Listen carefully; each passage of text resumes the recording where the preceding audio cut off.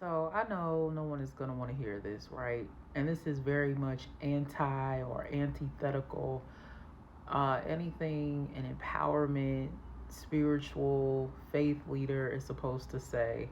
But I'm going to be 100% with you. What we are encountering as the global human body is truly an extended symptom of spiritual warfare.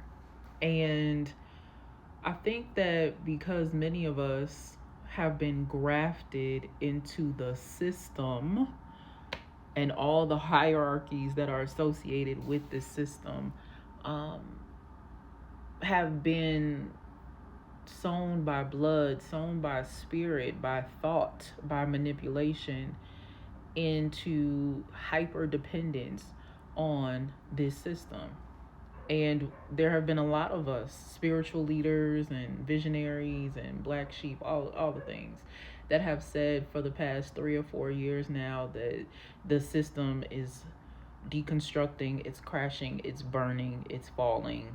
Get out the burning house. I just want to say to you that as this system is collapsing, that the most important thing that you can do for your mental health, your emotional health, because when your emotional body is in disarray, you know that your nervous system will begin to wreak havoc and live basically in opposition of your body, right?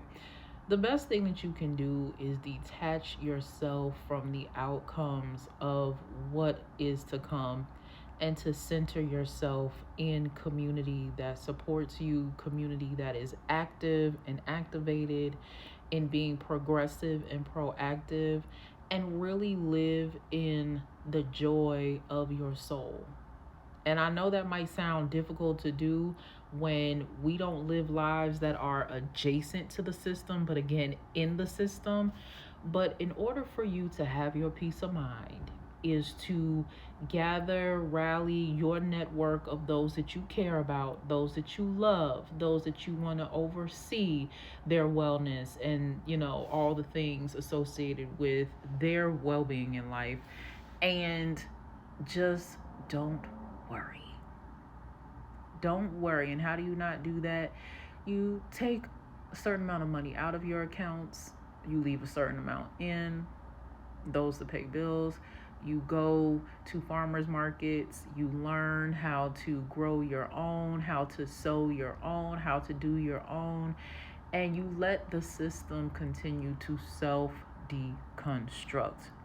It is of the highest and most critical level that you learn how to, and that's what I've been trying to support you all in, is learn how to invest in your soul, learn how to invest in your own spirit, so that it can be a channel for which you can receive directive and narratives from the spirit realm, and that of which you love, admire, worship, praise.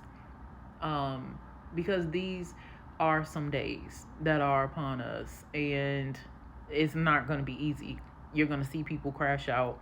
These young people, they already turned up, and when they get hungry, they have to eat. You know what I'm saying? And if you're not from the street, that just means keep your head on a swivel, because you never know who's going to need what, who's going to be hungry for what, who's going to try to outdo you for their own survival. So I just wanted to say that, it is very concerning. And I think that this is an ingenious ploy, a very strong tactic. It doesn't matter who planned it, what element of, whatever party planned this or whatever have you, to use the SNAP program as a way to control the people and to watch the masses completely lose their mind. That's epic to me. With that being said, remember that you always need to invest in your spiritual care, like you do your soul care, like you do your mental health, if that's something you invest in, and prioritize listening to the spirit so that you know how to move, when to move, and where to move. Because as I've told you in a few videos, there are going to be, there are going to be some over amplifying voices in the political realm, and either you're with the system, you're grafted in, and you're in that thing for life, or you're going to say, you know what, I'm going to trust God on this one. I'm going to head out. So yeah, I just felt the urge to say that and to share that.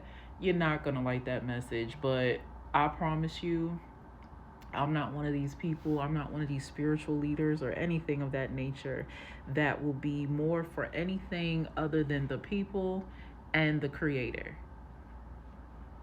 Like, y'all got the game twisted when you think that God or the Great Spirit, the Almighty, wants there to be so much dogma, so many rules that we neglect the needs of the heart of the human, the emotions of the human, right? And the outlook, the philosophical outlook.